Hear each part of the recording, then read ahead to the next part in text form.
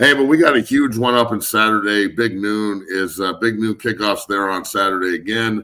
The game's at 10 a.m. Mountain Time, which is early. I don't know if I like 8:15 at night more or 10 a.m.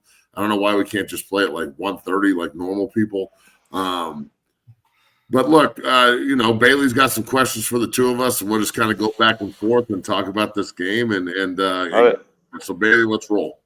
Let's get into it. E-Dub, thank you for joining. I appreciate it. This is going to be a great show. Let's go ahead and preview this matchup. What are your thoughts on this matchup for Utah? Obviously, unfortunately, you guys are down another quarterback, this makes this game even more difficult. Like 7 quarterbacks. Yeah, unfortunate. But E-Dub, what are your thoughts on this matchup for Utah and taking on Colorado? Yeah, I'm excited to see our defense against a high-powered offense, and I don't think we've faced an offense like Colorado this year. We do have I think we're a top 10 defense in the country. So how are we going to manage that? How are we going to affect the quarterback? How are we going to get him off his spot? Shedeur does like to hold onto the ball. He takes a lot of sacks. Can we force him into making some decisions that we can capitalize on? I fear like it's going to be a tough time trying to score. So how long can we keep us in the game? How long can we affect the game and make things difficult for the offense?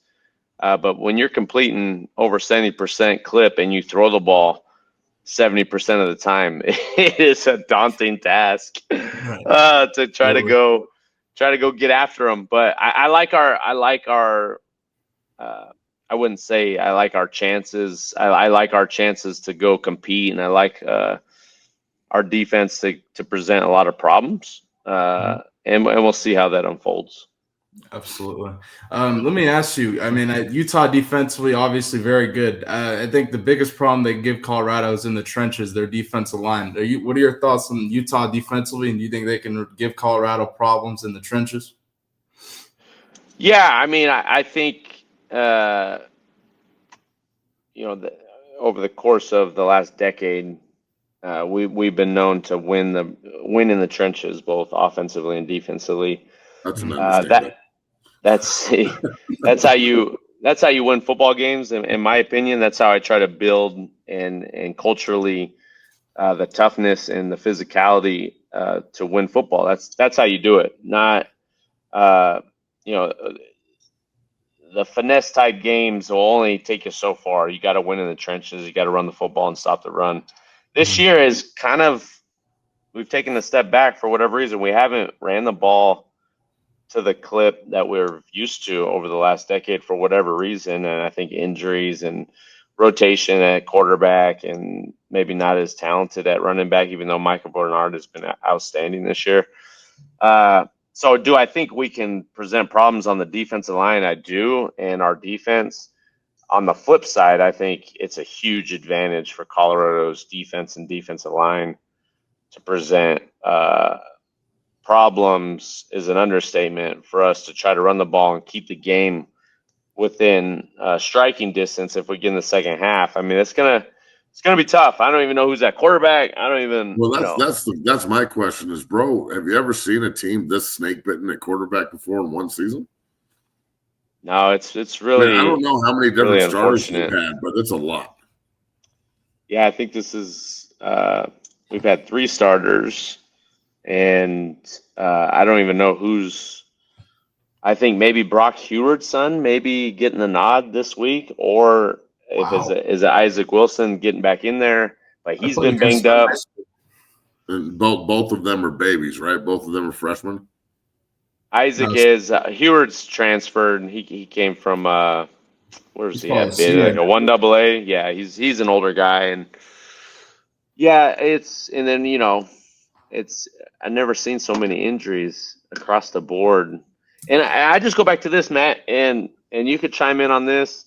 I think the psyche and all these analytic, I don't know, I want to say weird people that are infiltrating the game of football with all the training and the lifting. Like, it's not how we used to lift and prepare for the seasons. And this started changing my last year or two in Baltimore, not last year until my last year with the Rams in 19, the training started. You have to prepare your body for car accidents every single play. That Callus. means You gotta have callus. you have to lift heavy weight. You have to lift and prepare your body. You have to lift after the game. The day after the game should be your most intense lift to keep your joints tight, to get the soreness out, and to recover. You recover not by doing massages and chiropractic and all this other crap. You need to lift and you need to practice. You need to tackle. You need to hit. And at every level, it's going away from that. And so I think more so than anything else is that's why you're seeing the uptick of injuries across college and NFL. Down in high school, we wearing pads every day. We're tackling even our 12th game of the season. I was live full go on a Tuesday practice, defensive practice. Why? Because that's how you practice and that's how you stay with it and keep your body ready to play on a Friday night. We're wearing pads still too. Wearing pads every day, hitting every day, and going through drills every day. And we haven't, like, knock on wood, we haven't lost one starter, like not one all year, and 10-0 and fighting for a state title. So there's something to say about that. And I wanted to ask you about Cam Rising real quick. Like, he's been there for going on 8 years. I don't know if he's going to stay. What? I know he's a hell of a player for you guys and an all-time great at the position, but he looked real old when he played this year and just went straight back on the table for another surgery. Where do you stand on this, like, 27, 28, 29, 30-year-olds in college football thing? Yeah, I know it's the way the game has transferred to, like, these portal kids. And for the coach's mind, you would much rather have someone proven than having to put your name on the line of a freshman that you're going to have to coach and develop, and bring in. So that's why most of these schools are only offering 8 to 10 freshmen per class every year. And if you're of those 8 to 10, if you're not ready to compete for a starting job as a freshman, which is hard to do for these 17, 18-year-old kids, they won't even take you. So I think the dynamics have changed dramatically. I think the NIL has changed the way guys look towards the future and look towards getting out, right? Like when Matt and I were going through, like, I never really dreamed of going to the league because I never thought it was a possibility. So up until my senior year, it was kind of just, I love the game and I love competing, and I was going to maximize the chance I had to play collegiately. I just kind of fell into it. But the onus for a lot of guys was that was the way out. Well, you're getting paid crazy amount of money, which is not sustainable for where it's at. And I look at my school. I'm on the Crimson Collective. I'm on the board of the NIL, so I know exactly money going in, money going out, and it's not sustainable. The system we have. You're asking universities to raise private money to pay these kids. What are we getting out of it? Well, yeah, and then when he doesn't, I guarantee you, Cam Rising got paid something nice. You don't have to say anything, obviously, but yeah, he got paid something nice as the starting quarterback and back-to-back Rose Bowls and Pac-12 titles, moving into the Big 12 where they were. It's amazing to me. The Big 12, the whole conference is flipped. Everybody that was picked at the bottom is at the top, and everybody that was picked at the top is at the bottom. So you play the games. When you have something like that being on the collective and he doesn't play, does that hamstring the rest of the collective like a salary cap almost? Like when you get more hurt guys in the NFL, it goes against your salary cap. You put 20 guys on IR, that money that they bring in for the new guys, that goes against the salary cap, and it hurts the ability to, like, build your football team. You think that that's the way it could be in college football too? Or is there just a never-ending faucet of money? No, it's definitely, there's definitely not endless amounts of money. I mean, some universities can, but I would say 90% have to. We act in a parameters of what we have and how much we have to give away, and I mean, for 2 years we paid for a starting quarterback with his record a lot of money, and we got 2 games out of him. And so that's a problem. that's the landscape of what it is.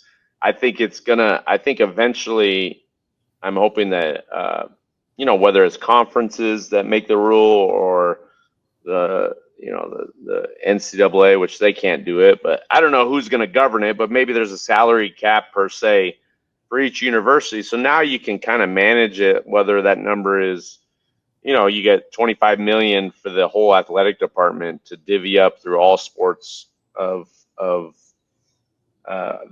the university. But again, like the only sport that brings money in is football. So why are all these other schools getting or sports getting money when they don't bring anything to the table? That's just the reality. I'm not like bagging on all the other sports and this and that. It's just the reality of it. So how do you divvy up that money? How do you decide who gets what with what? And then how do you make sure that all the universities are in the same boat where you're not getting some teams that are offering or giving more money when they shouldn't? So it's just crazy, honestly. And I sit back and I'm like, what is the sport coming to that we're at this point where it's just getting out of hand, in my opinion. I'm not against the players getting paid, but you're a professional. So let's stop going to school and pay them like professionals. I mean, that's what it should be. Your 18 to 22-year-olds are getting paid, and it's not really a job, but you still have to go to school. I don't see the benefit. And then when private people are having to fund this, what am I getting out of it? That's what I keep going back to it. What am I getting out of this? I'm just paying? Like, okay, well, where's the return on my investment? Yeah, there's not a lot of ROI in a lot of the NIL deals out there. There's a lot of schools getting burned and a lot of kids getting paid. And at the same time, there are some guys that are maximizing it, and 2 of them are in Boulder. We're